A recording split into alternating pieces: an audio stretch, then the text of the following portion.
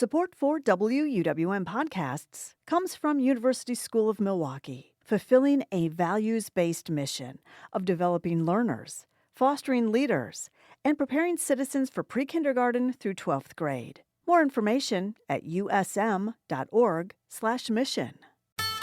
From 89.7 WUWM, Milwaukee's NPR, this is Lake Effect. I'm Joy Powers.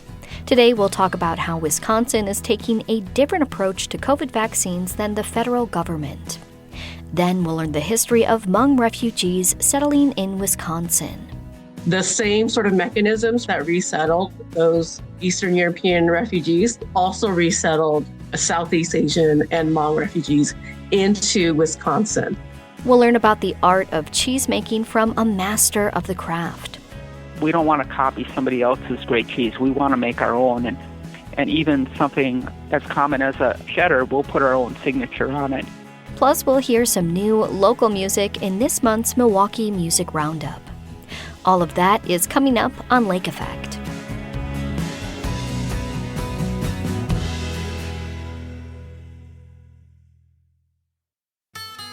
This is Lake Effect from 89.7 WUWM, Milwaukee's NPR.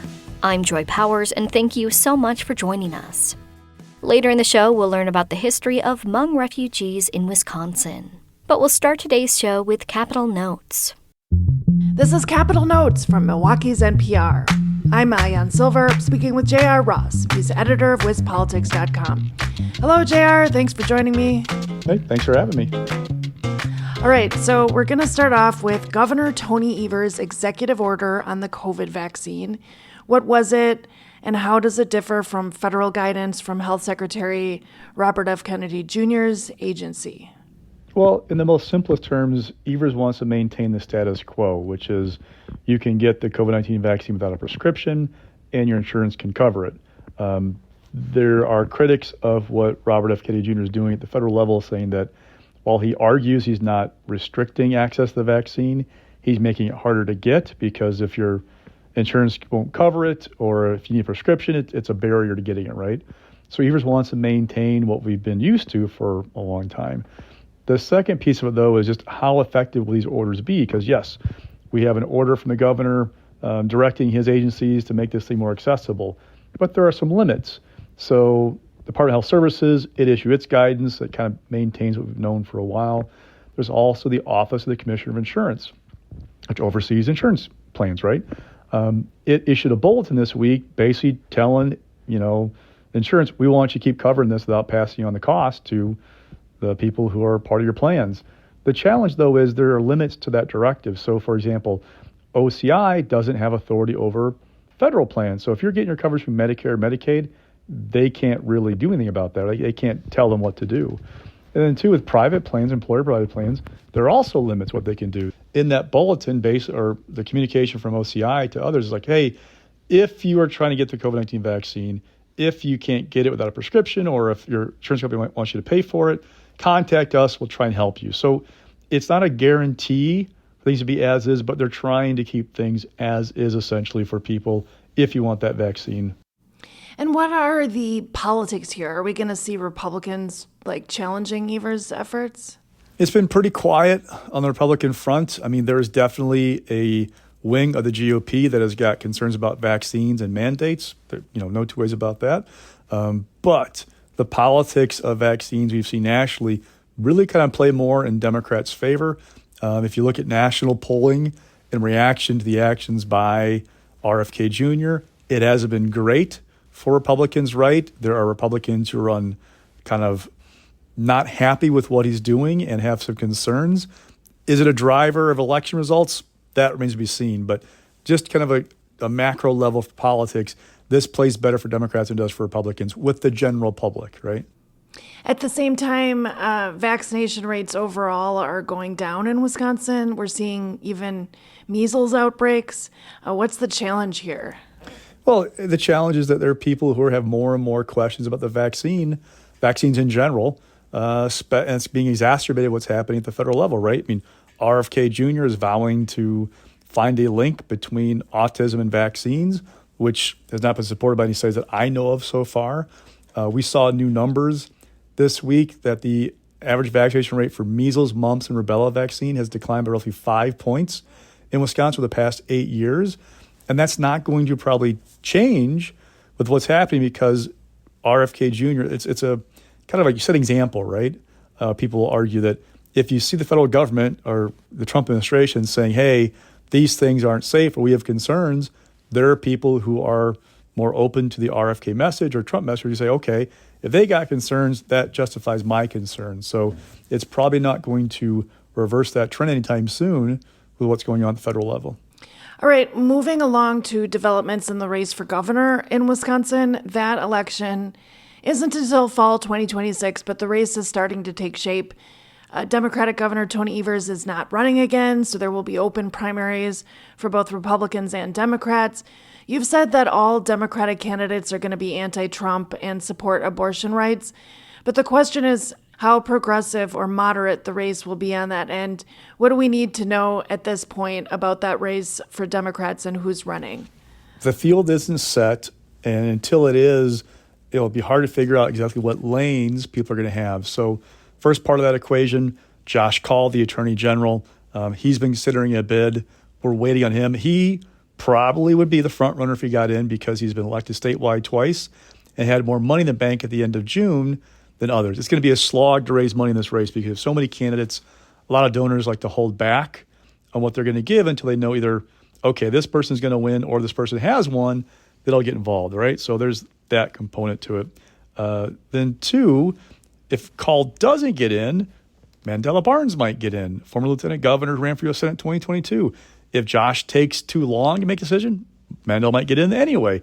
Missy Hughes, who is who just left as head of the Wisconsin Economic Development Corporation, she's looking to get in the race. So there are all these people getting in. The question becomes, all right, those lanes. In politics, we talk about lanes as in like, who's your base of support? Francesca Hong of Madison, Kelly Royce of Madison, both members of the state legislature, both got in the race. They're both competing for the kind of Dane County lane. Dane County is a huge reservoir of votes in the Democratic primary. David Crowley, Milwaukee County Executive, he's right now in that Milwaukee lane, right? Another huge reservoir of votes. Well, if Mandela Barnes gets in, he's from Milwaukee, so do he and David compete for that Milwaukee lane? Sarah Rodriguez, Lieutenant Governor, she's from Waukesha County, which is actually the number 3 county in the state for the number of Democratic votes in a typical primary, a very distant third, but still a big number anyway. So is she the suburban lane? We're still figuring that out. There's also, 3 women in the race right now. Missy Hughes might make it 4. Like there's a gender lane sometimes in politics. There's all these kind of like bases of support. And then 2, is the field going to be pulled toward the left with a Francesca Hong and Kelda Royce in the race? Francesca Hong is a member of the Socialist Caucus in the State Assembly.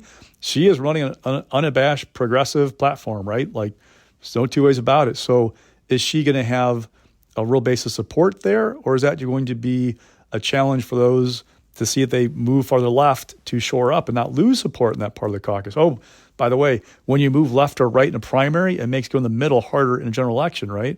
Well, if a lot of the primary contenders go toward the left, the Democrats, does that mean there's a lane for a moderate like a Josh Kaul or, David Crowley, who can speak to the Milwaukee business community with credentials, credibility? There's just so many variables right now.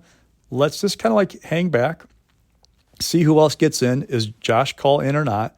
Is Mandela Barnes in? Does Missy Hughes launch her campaign? Let's see who gets in. And then 2, we're getting fundraising reports in January. That'll give us a look at like what was raised this fall. Now, they're not going to be definitive because it's only going to be a couple, 3 months, but it's going to show you that quick sprint. Who was able to organize and get a message out to donors that was attractive to get money in the door, because that's going to be a key. Money is the lifeblood of a campaign. If you don't have it, you can't communicate, and that's a problem for you. So those reports might start to separate that field a little bit and show who's really serious and who's not. You're tuned into Capitol Notes. I'm WUWM's Maayan Silver, speaking with J.R. Ross, editor of WizPolitics.com. That's fascinating. And of course, there's, a good solid 10 months until the primary. So there's a lot that can happen, as you are often to note.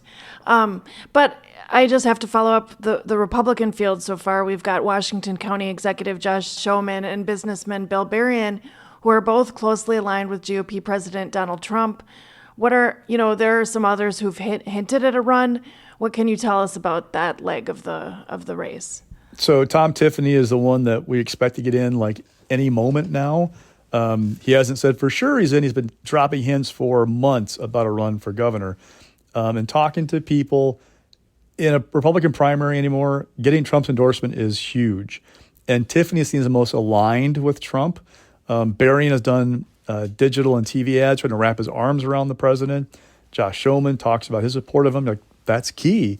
But Tom Tiffany's got a relationship with Donald Trump. The challenge for him, though, is that Donald Trump has sent a message to him and others that his concern is the House in 2026. He does not want to lose control of the House because he knows if Republicans lose control and Democrats have it, that means his agenda goes nowhere. That means there are going to be investigations of his administration because Democrats will oversight through committees. Like, he does not want that headache. He's seen it before. So the question becomes, all right, Tiffany gets in. Does Trump wait and endorse him next summer when he sees if anybody else emerges as a challenger, or if Tiffany is in a dominant position? Does he do anything for Tom Tiffany? Does he endorse somebody else? All these huge questions. But Tiffany likely, if he gets in, which looks like more likely than not, he becomes the front runner. He's elected official. He's got a platform. He's kind of aligned with Trump. There are a lot of people, sort of circles, who are behind him. But he has not been a strong fundraiser in his career. Now, granted, it can be a challenge to raise money in a district like Tom's, where you're up north. It's not really a money base for contributions. Now, if he gets some big donors behind him, that changes the dynamic a little bit, but that's his big question. Will he get Trump's will he get Trump's endorsement, and will he be able to raise the money that says he's a serious candidate, a serious contender to win a general election? And of course, he's the congressman for the 7th congressional district in Wisconsin, right? Yeah, and one of the challenges for him is Republicans have bled support in the suburbs ever since Trump came on the scene. Tiffany is not seen as somebody who can reverse that. He's seen as somebody who can maybe tap into the MAGA voter who doesn't turn out unless Trump's on the ballot, but it's likely not going to help that suburban issue that Republicans have had for going on a decade now. Switching gears a little bit, of course, last week there was an event that had ripple effects nationally. It was the assassination of conservative activist Charlie Kirk. Can you talk about developments politically from that in Wisconsin, both in the outpouring of support for Turning Point and also in what some call a crackdown on free speech? Yeah, well, I mean, I don't want to be crass in kind of how we look at this, but look, politics are a part of it. You can't deny politics are part of this. And looking at the outpouring of support, there is something happening, people have told me, when you see all these folks turn out for a vigil, for example, in Waukesha on a random weekday night for Charlie Kirk. There's something there. There's a movement there. The question is, can you sustain it? So Turning Point, the group that Kirk founded, it's been involved in Wisconsin trying to turn people out for a couple of years now. They've had a mixed record of success. You go back to 2024, and there's a perception that Elon Musk group really came in and straightened things out, the operation here in Wisconsin. Turning Point was involved in the Supreme Court race this spring. Didn't seem to make a huge difference because the Liberal won by 10 points. But they're involved, they're here. Talking to people involved in that movement, this is a moment for them, kind of like, for them, on par with like when Martin Luther King was shot, Robert F. Kennedy Sr., like this moment that just sears into your memory of like, where was I, what happened, what did I feel? And they feel like they're going to be committed to this movement in memory of Kirk. Now, the challenge is, how do you maintain that kind of passion, that commitment? Because the election is more than a year away. And do you keep people's attention? We have such short attention spans in this country anymore. Is it sustainable? I mean, I had somebody point out to me last week that, there was an assassination attempt on Trump in Butler, Pennsylvania in the summer of 24. It wasn't really talked about that much by the fall, right? Like things just kind of fade away. But for Republicans, you're talking about a midterm election in which you have a Republican in the White House. Typically, your party struggles in that scenario. If you can harness that outpouring of grief and it becomes a political movement, a bigger one, that might help you a great deal politically, especially with young voters who's going to gravitate toward Kirk's message. Well, and, there's been this sort of blowback against people who are, making political speech, in relation to that event and other events. Congressman Derek Van Orden of District 3, Western Wisconsin, has recently introduced a resolution related to free speech that would restrict federal funding to entities like companies that employ people who participate in certain forms of political speech. Can you fill us in a little bit on that? Probably some massive First Amendment issues for that bill from people I've talked to. Now, one, we don't know if it ever get passed, but if it were to become law, definitely some First Amendment issues. What's interesting is Van Orden has been on a tear on social media about people who have been critical of Kirk or made light of his assassination or made insensitive comments. He keeps saying if an employee of school district X or college Y says this, $0 federal dollars. We're going to go target their federal funding. Well, now he's actually been calling for a restriction of federal funds or cut of federal funds to two communities in his district over comments that were made. One, Ellsworth is a school district about an hour west of Eau Claire. A teacher there made some remark on social media. He didn't care for it and said something to the effect of, I represent Ellsworth. Everybody there is great except for this one person. If this isn't dealt with appropriately, I will be cutting all money, grants, et cetera, to Ellsworth. So I'm going to reduce federal money because I don't like what this person said. In Eau Claire, there's a $20 million project. It's to clean up PFAS in water, I think it is. They got an earmark for $2 million to help pay for the cost. The way these grants work a lot of times is you don't get the money up front. You apply for reimbursement once the work is done. They haven't applied for it yet. Van Orden put out a tweet saying these comments from these council members, if they're not dealt with, I'm going to have a meeting and go look at how we can rescind federal funding for Eau Claire. There's an example of this kind of blowback from conservatives. Like, if you cross a line that I have, I'm going to target you with your livelihood or your funding as punishment for that. And then we get this debate about what's cancel culture, what is culpability culture, like what's going on. And just the mess on social media where we go back and forth and argue all day long. It seems like. And I was wondering, is this kind of thing like rescinding federal funding for speech that we don't agree with or comments that we don't agree with, is that business as usual in the federal government, or how is this? Is this sending alarms in ways that you've never seen? Like, how would you weigh in on that? It's a new thing that I haven't seen much of. People aren't getting too excited about it just yet because they're not sure it's going to go anywhere.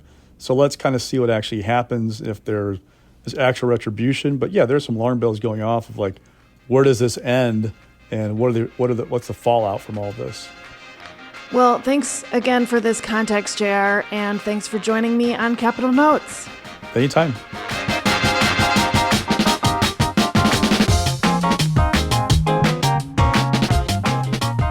You can hear Capitol Notes every other Monday on Lake Effect. And just like Capitol Notes, you can listen to Lake Effect as a podcast.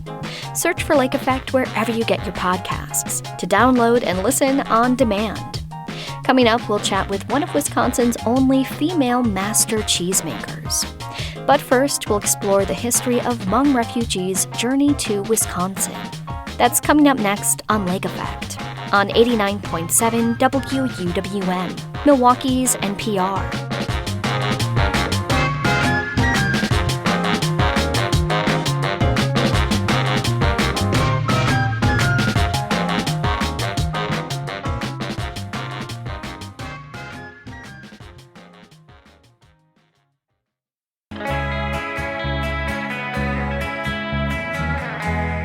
You're listening to Lake Effect on 89.7 WUWM. I'm Joy Powers. Hmong people helped the United States in the fight against communism during the Vietnam War. After the war ended, many fled Laos due to political persecution. and settled in the U.S. as refugees. Wisconsin is home to the third largest Hmong community in the country. This year is the 50th anniversary of the first Hmong refugees coming to the U.S. To get a better understanding of that history, WUWM's Jimmy Gutierrez speaks with Dr. Chong Mua, an assistant professor of Hmong studies at UW-Oshkosh. What can you tell us about the Hmong resettlement process and coming to Wisconsin specifically? Refugee resettlement is sort of like a big kind of messy process. And pre-1980, the U.S. doesn't have a formal federal policy, right, that resettles refugees. But of course, they've been doing it since the 40s and the 50s because of escaping sort of communism and authoritarian regimes in Eastern Europe. And so that's why Wisconsin looks the way it does, because of all of this history, not only because of early immigration of Irish and Germans, but because of the 40s, in which we have other Eastern Europeans coming in. And so the same sort of mechanisms that resettled those Eastern European refugees also resettled Southeast Asian and Hmong refugees into Wisconsin. And that is how Hmong folks start to come in. And, 1976, I want to say maybe April, May is when the first Hmong family comes into Wisconsin. Okay, so that's our state. I'm wondering how Hmong folks ended up in the places they are because, as you said, there was no formal resettlement policy at the time. I mean, their official policy was sort of like this dispersal policy, right? Where they didn't want to burden any single community with bringing in a large number of refugees. And so where they initially sort of resettled was in places like Eastern Pennsylvania, Eastern New York, some really rural places, as well as some really urban places, right? Like Philly, like Chicago, like Seattle, so you have Seattle, Philly, Chicago. You also have places like Providence, Rhode Island. You have places like Rochester. So that dispersal policy, was sort of like the US's government of hey, let's not send everything to one so it doesn't exacerbate that sort of social resources, right, of that environment. And so you can imagine, right, that immediately produces other challenges as well. And where I'm going, because I'm going to the R word, right? So the racism rampant immediately. There's stories in Wisconsin newspapers capturing some of these things, thinking Hmong people eat dogs and cats, people being afraid of their pets, being around Hmong people, or they are blaming Hmong folks for all the geese and the ducks at the park. What's happening to them? They're just wild people like that, right? So you get all those challenges of just rampant racism. And then people start to do a secondary migration, which isn't unique to Hmong folks, right? They start to move to where their people are. And that's why you have sort of these really big enclaves in the Twin Cities, and then in Fresno, in Sacramento, right, in California, in Wisconsin, right, there's a huge concentration in Milwaukee, Eau Claire, La Crosse, Wausau, as well as in other places too. And so people started to move because it's natural to want to be with your people and to be with your family. They want to reunite with family that they've been separated from. And so they do the secondary migration, and that's where you sort of get some of these settlement patterns that we see now. What do you think is the legacy of Hmong people through this story? Because when I think of refugees, they are newly stateless people, but Hmong folks are, in a sense, double stateless. Even their return home isn't necessarily a home.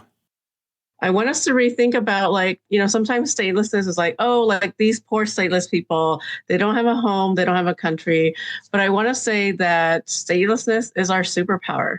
If you look at the history of the world, of nation states, of civilizations, people who don't have a territorial homeland or a geographical homeland, we're not supposed to have made it through the centuries. But I'm hey, we're here. We have crossed numerous mountain ranges. We've crossed a few oceans, who knows how many other bodies of water, and we are still here. And there are many things that the Hmong folks in the United States are doing that is vibrant and dynamic, and that is adding to the communities that we have become a part of. We are good neighbors. We have added more flavor to the food of America, right?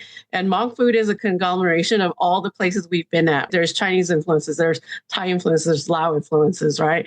And so we have added to that too. And we've added our story to the story of the United States. That in some ways, what makes the U.S. special is the fact that because of all of its failures abroad, that's why there's so many people here, right, of all different ethnicities and backgrounds.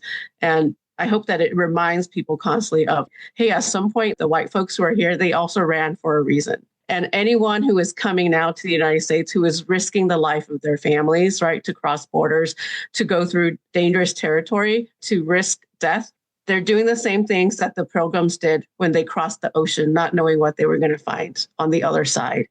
The US is part of that bigger legacy of sort of trying to find something new, something better, starting to recreate community in a place where it wasn't meant for you, but really sort of staking your claim that I can contribute to the community that I have become a part of, and I can make it better, and I can sort of be part of how we can create a future in which we all can exist together. It's not a legacy that's unique to Hmong folks, but Hmong folks certainly have their story to tell about how they've contributed.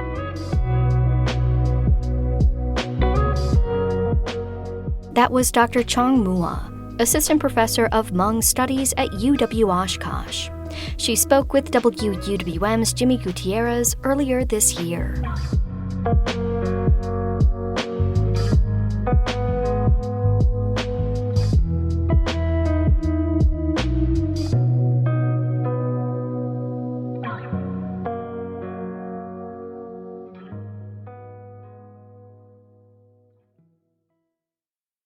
Cheese. We love it here in Wisconsin, and the numbers back that up. If Wisconsin was a country, we would rank 4th in the world in cheese production, behind the rest of the U.S., Germany, and France. A festival celebrating cheese is taking place later this week in Madison. Ahead of the Art of Cheese Festival, we're looking back on our conversation with master cheesemaker Pam Hodgson of Sartori Cheese in Plymouth, Wisconsin. Hodgson's family have been farmers in the area since the 1840s, and the legacy of cheesemaking goes back to her grandfather. She joins Lake Effect's Audrey Nowakowski to talk about her work. My pathway to cheesemaking, it does have a couple of twists and turns. Growing up, I wanted to be a dairy farmer like my parents. It did turn out that my maternal grandfather was a very accomplished cheesemaker, but when I was growing up, I knew him as Grandpa. He was already retired. So my journey to become a dairy farmer took me to University of Wisconsin-Madison, where I studied cows.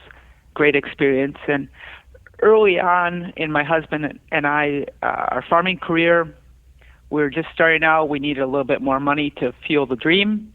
So there was an opening at a cheese plant in the area for a quality assurance supervisor. And I took the job, and once I was in the plant, I just fell in love with cheesemaking.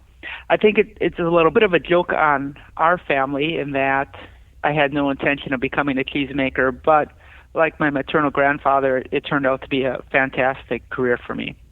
What were some of the things that you were immediately drawn to when you took that first job? I liked the satisfaction of, at the end of the day, we had a cooler full of cheese that we had made. We could see the results of our hard work. And then cheesemaking is challenging. It's physically challenging. It can be very hard work depending on what job you're doing. It challenges a person intellectually. We always have to, as cheesemakers, we have to listen to the process and make adjustments to the process based on what the milk is doing or what the curd is doing. It's not the same every day because our major component, milk, changes a little bit every day seasonally depending on stage of lactation, environment, what cows are being fed. So there's always something to challenge a person. And then all of my cheesemaking experiences have been in plants where it was a team working together. And I really thrive and enjoy that. I enjoy working with people and seeing people develop and become more accomplished cheesemakers or more accomplished in whatever it is they want to do. And the practice of cheesemaking itself, it's referred to as an art typically, but for you it's both an art and a science and not one or the other, right? Correct. I think probably the right term would be craft because there's a lot of skill. There is science, but there's also a lot of science that we haven't yet discovered. As an accomplished cheesemaker will always pay close attention to the process and make adjustments as needed. And then kind of related to that as I think about cheesemaking, how my maternal grandfather knew it compared to how I know it. Over the years, we've been able to harness technology to help us be more consistent. But that technology doesn't replace the eye of the cheesemaker. It doesn't replace paying attention to the process and making adjustments. What automation or technology does for us is it helps us be more consistent, but in itself, it doesn't make us better. Exactly. And on the note of how things have shifted and changed and improved, there's obviously so many elements that go into making cheese. So we're going to focus on one of the beginning stages, which is starter bacteria. So can you explain what that is and the importance of it? Yes. So as cheesemakers in general, there's a lot of different ways to make cheese. But when we think about cheddar or Parmesan, lots of cheeses, we are using starter bacteria which ferment the lactose in the milk, which brings the pH down, which if we think about the ancient art of cheese making, that was really important from a food preservation standpoint. So we're managing a biological process as cheesemakers. We also will add starters. The purpose isn't to convert lactose into lactic acid. They work down the line as the cheese is aging, and they'll create some of the flavors that we absolutely love in cheese because they're breaking down the proteins. It's a very interconnected process to partner with bacteria to make great cheese. I love the way you phrase that, partner with bacteria. Yes, and of course we want certain bacteria. We want the ones that create the flavors we want. There's plenty of bacteria out there that are safe to consume, but they don't make the flavors we want. And then there's the culprits out there that from a food safety standpoint, we absolutely build our process around preventing their inclusion in our milk. Right. So with starter bacteria, how has this element developed or changed over time compared to, say, when your grandfather was using starters? Yes. So when my grandfather was making cheese, he did a process which was called mothering the culture. So he would have some culture, he would grow it in small batches, and then he would grow that again. You could think of it a little bit like a process of sourdough bread, right? You're keeping back some of your starter to make the next batch of starter. And at that point, he would not have known what strains were in his starter, and he probably did not have just one strain in his starter as well. If we compare that to what we do now, is now we're using defined strains where we know what that bacteria is. We're monitoring it to make sure that its performance doesn't change over time. Growing up, I'd hear stories about how somebody's starter had failed, and they'd come to George Hintz to get his starter, and cheesemakers would help each other out. And we'll also enter contests, and we'll compete really hard, and we all want to win that contest. But when the contest is over, we're also genuinely happy for whoever did win. So it's a really neat community to be part of the Wisconsin cheesemaking scene.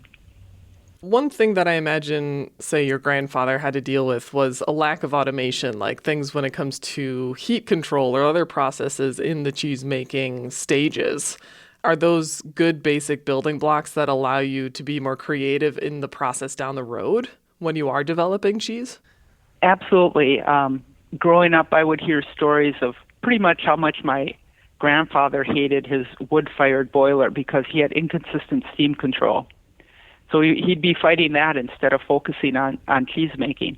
Today we have very good control of our temperatures, and that's really important because as we work to create American originals, cheeses that will make Wisconsin proud, we need to have the control so that if we invent this great cheese and it's just fantastic, well, we have to be able to replicate it because each time a consumer comes and buys this piece of Wisconsin cheese, they want it to be the same goodness as it was last time. So automation really allows us to do that, but automation does not replace the skill and observation of a cheesemaker. If anything, does it make the challenge of standing out even more satisfying? So when we think about cheesemaking, it's an ancient art. I mean, it goes back millennials, right? So, and around the world, there's just thousands of different kinds of cheeses. So if we look at that and we're like, wow, we want to create American original, and that's a really big focus at Sartori. We want to create American originals. We'll look to anyone around the world for inspiration, but we don't want to copy somebody else's great cheese. We want to make our own. And and even something as common as a cheddar, we'll put our own signature on it. I absolutely love this part, the freedom to be creative, and then also the analytical opportunities that it provides for me. So yeah, it's a daunting challenge to come up with pleasing original cheeses, yet collectively Wisconsin cheesemakers are up to the task.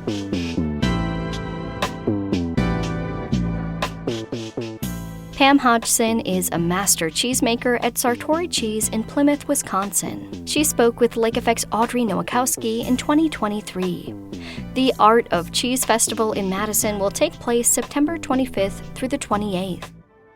Our latest Milwaukee Music Roundup is coming up next on Lake Effect, right here on listener-supported 89.7 WUWM, Milwaukee's NPR.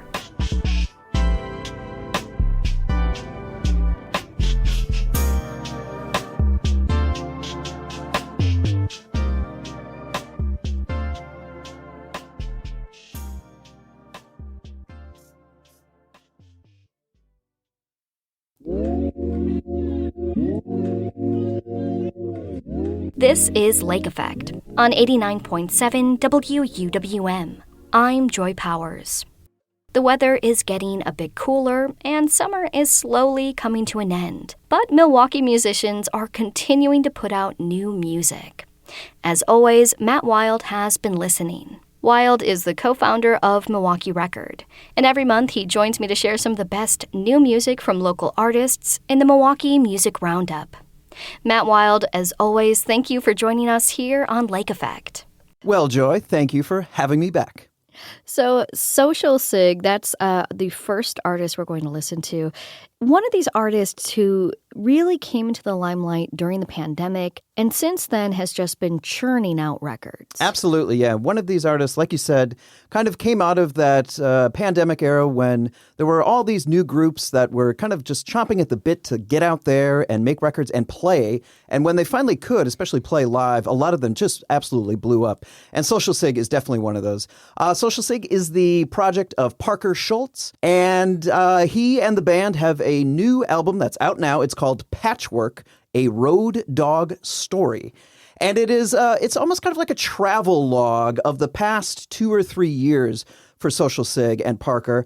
And he's really gone all in on the whole musician thing. He quit his day job. He is dedicating himself solely to his music career, and he's gone on the road. He's toured a lot in the last couple of years. And that's what this new record is in reference to, Patchwork, a Road Dog Story. The song we're going to be listening to is called June Gloom. And it's, hopping from city to city. It's a very, very tour kind of story song. And musically, like all of a lot of Social Sig songs, it's very bouncy. It's very sunny. It's very upbeat. I think Parker and this band, they're fantastic. I really, really like this whole new album. The song we're going to be listening to is June Gloom, and it is by Social Sig. Yeah!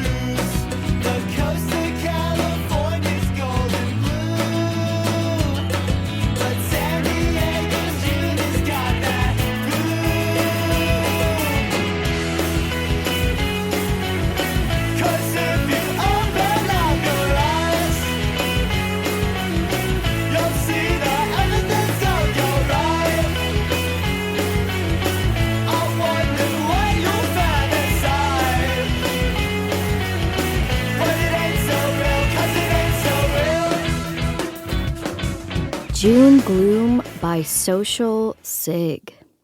Now, I should note, I don't actually pick out the songs for this series. That has really all been Matt. That is all you. So I was pleasantly surprised to see the next song by fellow Kinsmen, which actually features WUWM's own Erin Bagata. She is on keyboard as well as backup vocals. That's fantastic. I learned something now today. I'm glad. It's a learning opportunity for me, too. Fantastic. Yes, this is fellow Kinsmen with a new song called Love Came Through. The kinsman of fellow Kinsmen is Nate Kinsman, and Nate has been recording and making music under this moniker for almost 10 years or something. And in recent years, the full band has become kind of a live staple in Milwaukee. They describe themselves as landlocked surf rock, and I like that. It's a fine description. The song we're listening to, like I said, is called Love Came Through, and it's very groovy. It's kind of a slinky song. It reminds me a lot, if folks remember, Surgeons in Heat, a great Milwaukee band of the past, definitely has that vibe. It's from a new album that's coming in October. The album is called Break Room, and I really, really like the song. There was another single released earlier this summer, and if it's any indication of what Break Room is going to sound like, I think it's going to be fantastic. So this is fellow Kinsmen with Love Came Through.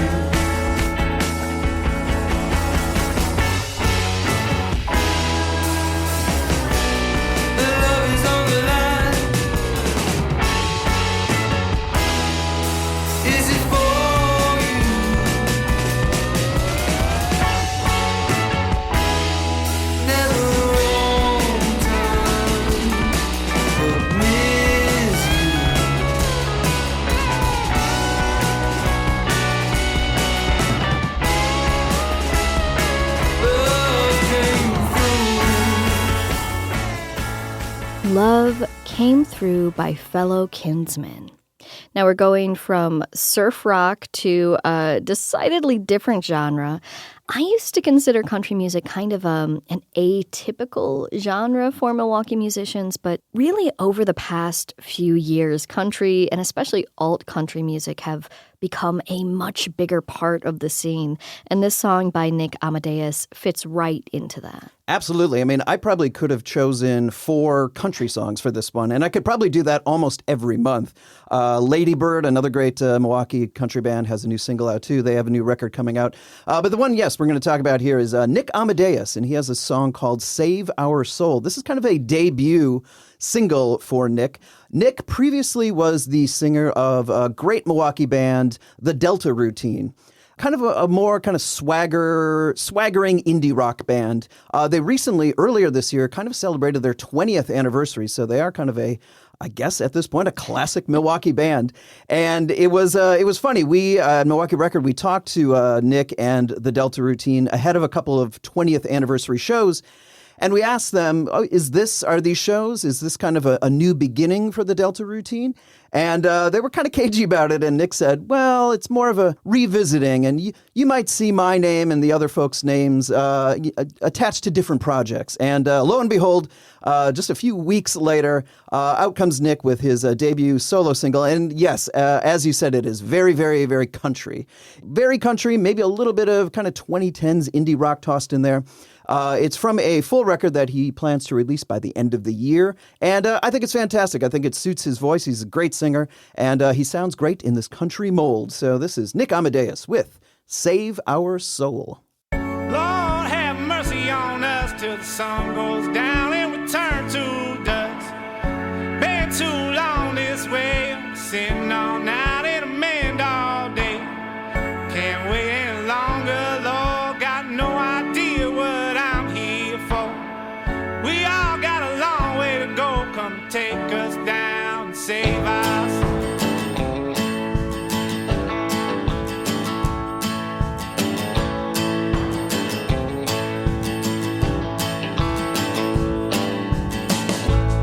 Got myself off track. Where did I go wrong? Lord, take me back, back where I belong, back where I belong.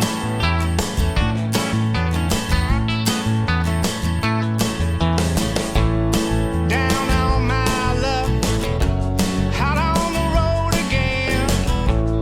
When I get back up from where it all began, where it all began.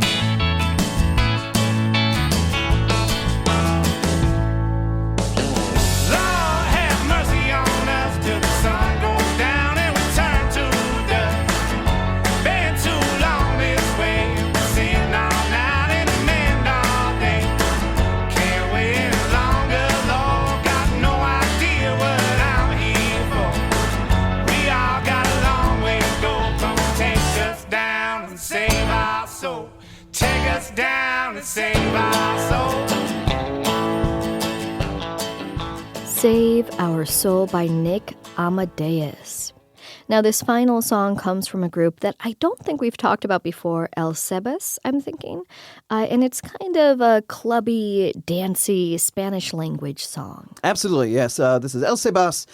He has a new song called Por Mi Mente, which I do not speak Spanish, but as Google tells me, kind of in my mind, through my mind, running through my mind. That's what this song is about. Now, El Cebas is one half of a Latin hip-hop group in town called Brown's Crew. It's him and Cristo Paz, and they've been fantastic for, I don't know, the last 5 years or so. They've been around playing a lot of shows, and just in the past couple, El Cebas has kind of really worked on a solo career, and he's released not only a bunch of singles, he's, I think, released at least one or two full-length albums just under El Cebas.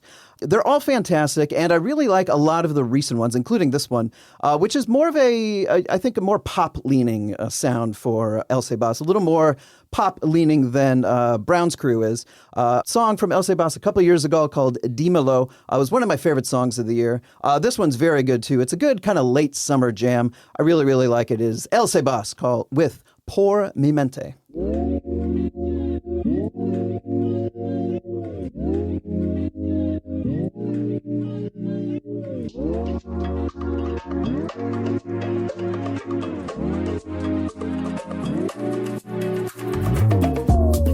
Baby, no sabes cuánto te extraño. Amor, no te vayas lejano. ¿Cómo puedes ser tan frío, especialmente conmigo? Tengo yo la culpa, pero yo no soy el enemigo. Después todo lo que hicimos, todo lo que pasamos, ya un rato no hablamos, sin hablar como extraños. No estás cansada, como corres por mi mente. Sé lo que tenemos es algo diferente. Yo entiendo, shawty, pero todavía duele. Déjame quererte así como se debe. Baby, no sabes cuánto te extraño.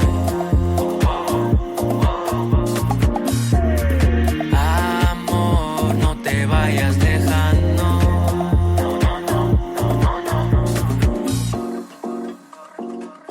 Por Mi Mente by El Cebas. we are looking at kind of the end of the summer. It's certainly feeling that way outside, but there is still a lot of live stuff that's happening here in Milwaukee. I feel like really through the end of the year, we still get a fair amount of live things that are going on.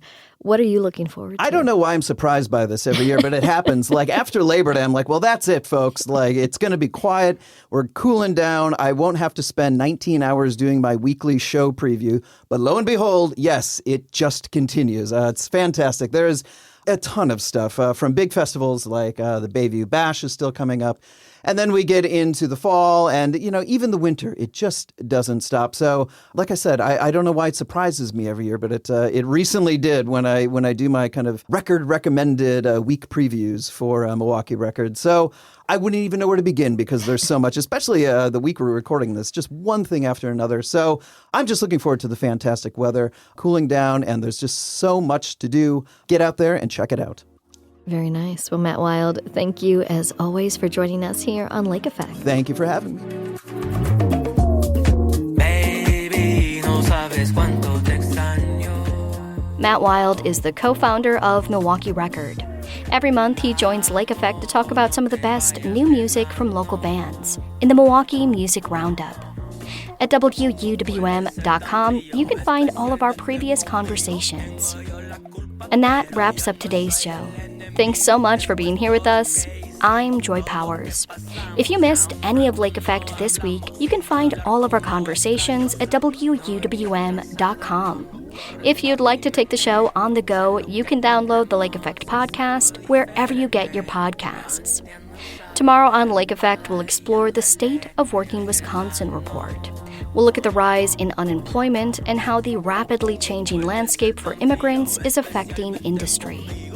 Thanks so much for joining us right here on listener-supported 89.7 WUWM, Milwaukee's NPR. No hablamos sin hablar como extraños. No estás cansada como corres por mi mente. Sé lo que tenemos es algo diferente. Yo entiendo, Shari, pero todavía duele. Déjame quererte así como se debe.